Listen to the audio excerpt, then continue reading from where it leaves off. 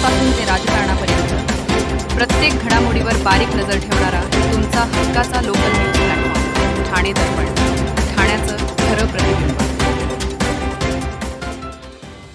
ठाणे महापालिकेच्या महापौर आणि उपमहापौर निवडीनंतर आता ठाणे महापालिकेतील स्थायी समितीसाठी हालचाली सुरू झाल्यात। येत्या 20 फेब्रुवारीला पालिकेच्या विशेष सर्वसाधारण सभेत 16 सदस्यांची नेमणूक करण्यात येणार आहे।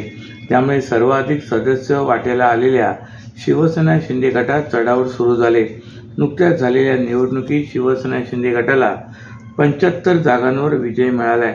त्यापाठोपाठ भाजपचे 28, राष्ट्रवादी शरद पवार 12, राष्ट्रवादी अजित पवार 9, MIM 5 व शिवसेना उभाटा 1, अपक्ष 1 असे 131 नगरसेवक निवडून आले। या निवडणूक निकालानंतर 3 फेब्रुवारी रोजी झालेल्या पालिकेच्या विशेष सर्वसाधारण सभेत शिवसेना शिंदे गट पक्षाच्या नगरसेविका शर्मिला पिंपळकर यांची महापौरपदी तर भाजपच्या कृष्णा पाटील यांची उपमहापौरपदी निवड करण्यात आली। निवडणूक निकालानंतर महिन्याभरात कोकण विभागीय आयुक्तांकडे पक्षातील नगरसेवकांची गट नोंदणी करणे बंधनकारक असते। यामुळे सर्वच पक्षांनी कोकण विभागाकडे गट नोंदणी केले। ठाणे महापालिकेत 131 पैकी 104 नगरसेवक हे सत्ताधारी शिवसेना शिंदे गट आणि भाजपचे आहेत। या पक्षापुढे आव्हान निर्माण करण्यासाठी दोन्ही राष्ट्रवादीसह MIM पक्षाचे नगरसेवक एकत्र येऊन आघाडी स्थापन करतील, जेणेकरून त्यांचे इतर समित्यांमध्ये संख्याबळ वाढेल अशी शक्यता वर्तवली जात होती। प्रत्यक्षात मात्र या तिन्ही पक्षांनी स्वतंत्र गट नोंदणी केले।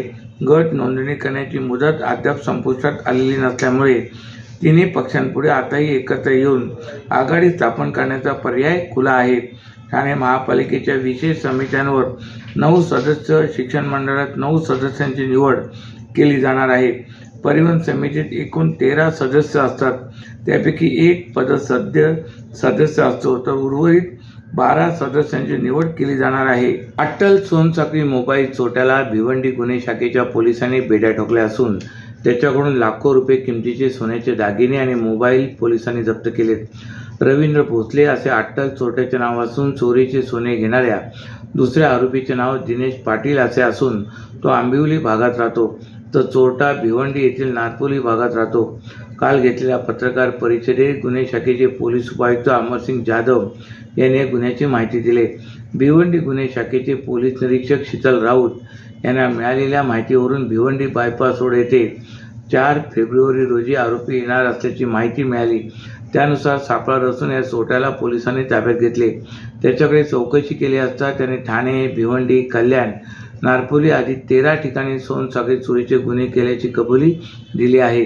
त्याच्याकडून 5,61,000 रुपये किमतीचे 15 तोळे सोने आणि 21 मोबाईल असा 8,55,000 रुपये किमतीचा मुद्देमाल पोलिसांनी हस्तगत केलाय। सोन्याचे दागिने विक्रीसाठी घेणारा त्याचा साथीदार दिनेश पाटील याला देखील पोलिसांनी अटक केले। या आरोपीने मोबाईल चोरीच्या 3 गुन्ह्यांची कबुली दिली असल्याची माहिती पोलीस उपायुक्त श्री जाधव यांनी दिले।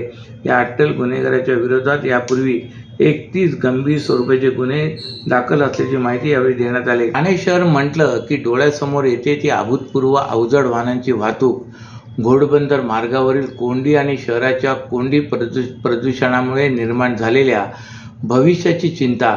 परंतु आता ठाणेकरांना एक मोठा दिलासा मिळालाय। ठाण्यातील बहुचर्चित कोस्टल रोड अर्थात खाडी किनारा प्रकल्पाबाबत महत्त्वाचे अपडेट झाले। माल वाहतुकीसाठी महत्त्वाच्या असलेल्या या मार्गाच्या पहिल्या टप्प्याचे काम अवघ्या 8 महत्त्वाचा टप्पा गाठला असून या प्रकल्पातील उन्नत मार्गाच्या पायाभरणी कामापैकी 50% अधिक काम पूर्ण झाले असून पियर कॅप आणि आय गर्डर उभारणीचे काम वेगाने सुरू आहे। हा प्रकल्प पूर्ण झाल्यास अवजड वाहनांमुळे होणाऱ्या अपघातातून नक्कीच दिलासा मिळणार असून सोबत कोंडीतूनही काही अंशी दिलासा मिळणार आहे। ठाणे शहरातील घोडबंदर मार्गावर गेल्या काही वर्षांमध्ये 30 ते 40 मजल्याचे टावर उभे राहिलेत। पायाभूत सुविधांची पुरेशी वाणवा असताना येथील घरांच्या किमती मात्र कोट्यवधी रुपयांची झेप घेत आहेत। असे असतानाही येथे गृहप्रकल्पात घरे घेण्याचे प्रमाण ठाण्यातील इतर भागांच्या तुलनेत अधिक आहे। ठाण्याबाहेरील नोकरदार देखील येथे भाड्याने किंवा घर खरेदी करून राहत आहेत। त्यामुळे येथील नागरिकीकरण वाढले असून वाहनांची संख्या देखील अधिक आहे. मालवाहू वाहनांची वाहतूक ठाणे शहरातून मुख्यत्वे कापूरबावडी ते गायमुख पट्ट्यातून होऊ नये यासाठी ठाणे खाडीवरून मुंबई नाशिक महामार्गावरील खारेगाव ते गायमुख असा खाडी किनारा प्रकल्प निर्माण करण्याचे कार्य मुंबई महानगर प्रदेश विकास प्राधिकरणाकडून सुरू होते. या प्रकल्पाची महत्त्वाचे अपडेट आले. 13.45 किलोमीटर लांबीचा 6 लेन प्रवेश नियंत्रित ग्रीनफील्ड मार्ग अत्याधुनिक अभियांत्रिकी तंत्रज्ञानाचा वापर करून उभारला जातोय. भारतात प्रथमच ग्रीनफील्ड रस्ता प्रकल्पात जमिनीवर मोनोपाईल फाउंडेशनसह सिंगल पाईप सिंगल पियर प्रणालीचा वापर केला जातोय. गायमुख येथे हा मार्ग प्रस्तावित गायमुख फाउंटन हॉटेल बोगद्याशी थेट जोडला जाईल. या प्रकल्पामुळे घोडबंदर रोडवरील वाहतूक मोठ्या प्रमाणात कमी होऊन ठाण्यातील शहरी गतिशीलतेत आमूलग्रह बदल होईल. सर्व नागरिकांना आवाहन करण्यात येत आहे की सध्या डासांमार्फत पसरणाऱ्या डेंग्यू या आजाराचा प्रसार रोखण्यासाठी प्रत्येकाने पुढीलप्रमाणे कार्यवाही करावी. डेंग्यू आजार एडिस इजिप्ती हा डास चावल्याने होतो. या डासांची पैदास साचलेल्या किंवा साचवलेल्या स्वच्छ पाण्यामध्ये होते. 8 दिवसांपेक्षा जास्त दिवस पाणी उघडे व साचून राहिल्यास त्यात डास अंडी घालतात. अंड्यांच्या अळ्या तयार होऊन पुढे डास तयार होतात. यासाठी आपल्या घरातील पाणीसाठे उदाहरणार्थ बॅरल्स, पिंपे, टाक्या, हौद, रांजणे इत्यादी दर आठवड्याला रिकामे करून घासून पुसून कोरडे करून पुन्हा भरावे. 1 दिवस कोरडा दिवस म्हणून पाळावा. पाणी साठ्यांना घट्ट झाकणे बसवावीत किंवा जुनी साडी, चादर, धोतर यांनी बांधून झाकून ठेवावीत, म्हणजे डास त्यात जाऊन अंडी घालणार नाहीत. घराच्या गच्चीवर, आजूबाजूला, अंगणात कोठेही पाणी साचू देऊ नये.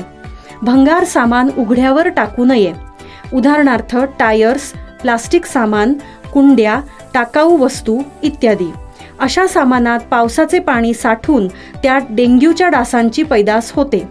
घरातील कूलर्स, फ्रीजच्या पाठीमागील ट्रे हे देखील वेळोवेळी कोरडे करावेत.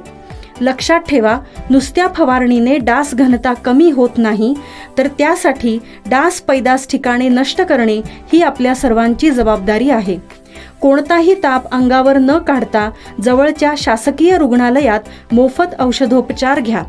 अशा प्रकारे नागरिकांनी सहकार्य केल्यास डेंग्यूचा प्रसार रोखणे सहज शक्य आहे. ठाणे शहरात राहणाऱ्या अवघ्या 7 वर्षाच्या रेयांश कामकरने अरबी समुद्रात 30 किलोमीटर एकट्याने पोहून विश्वविक्रम प्रस्थापित केलाय. 15 नोव्हेंबर 2025 मध्ये 7 तास 30 मिनिटे 11 सेकंदात हे अंतर पोहून पूर्ण केलेल्या त्याच्या पराक्रमाची नोंद लंडन वर्ल्ड बुक ऑफ रेकॉर्डमध्ये झाले. रेयांश कामकरने स्टारफिश स्पोर्ट्स फाउंडेशनचे प्रशिक्षक कैलास आखाडे यांच्या मार्गदर्शनाखाली प्रशिक्षणाचे धडे घेत असून ठाणे महापालिकेच्या कैलासवासी मारुतराव शिंदे तरण तलाव येथे नियमित सराव करतोय.